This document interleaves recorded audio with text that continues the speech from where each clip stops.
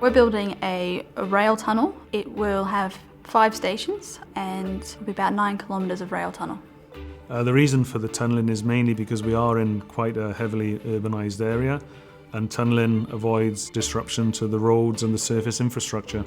A TBM, or a tunnel boring machine, is designed to respond to the geotechnical conditions that are below the ground for the tunnelling, whether it's rock, whether it's soil, what the groundwater conditions are, where the groundwater table is the rock very hard, is the ground very soft. Typically, there are 2 ways of launching a tunnel boring machine, either through a portal or through a shaft. For this project, we're planning to use shafts, and so you excavate a large shaft, then you lower the TBM in segments and assemble it underground to form the full machine.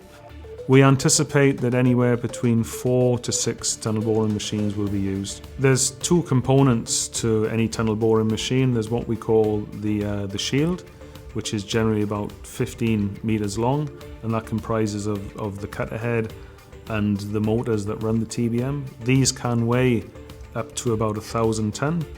Behind the TBM is what we call the gantry system, or the backup system. This comprises of individual steel gantries which are pulled behind the TBM. They can be up to 80 to 100 metres in length. When you're inside a TBM, it broadly feels like you're in a factory, I think. It's the way I often describe it. It's a very controlled environment. Every person has their particular role. Once the machine is excavated, what we call an advance, a typical advance could be anything from 1.4 to 1.8 metres, the tunnel boring machine then stops its excavation, and behind that a precast concrete ring is installed to make sure that the ground support is maintained. The TBM moves away and you've got this lovely concrete ring which keeps the ground up and will be your final tunnel where your trains will go. The tunnel boring machines that we will use for Melbourne Metro are no different to what's been used in other projects such as Crossrail in London and Sydney Metro. These machines are used all over the world. I've used these machines in Hong Kong, Singapore and India, but each is designed specifically for the conditions that are expected.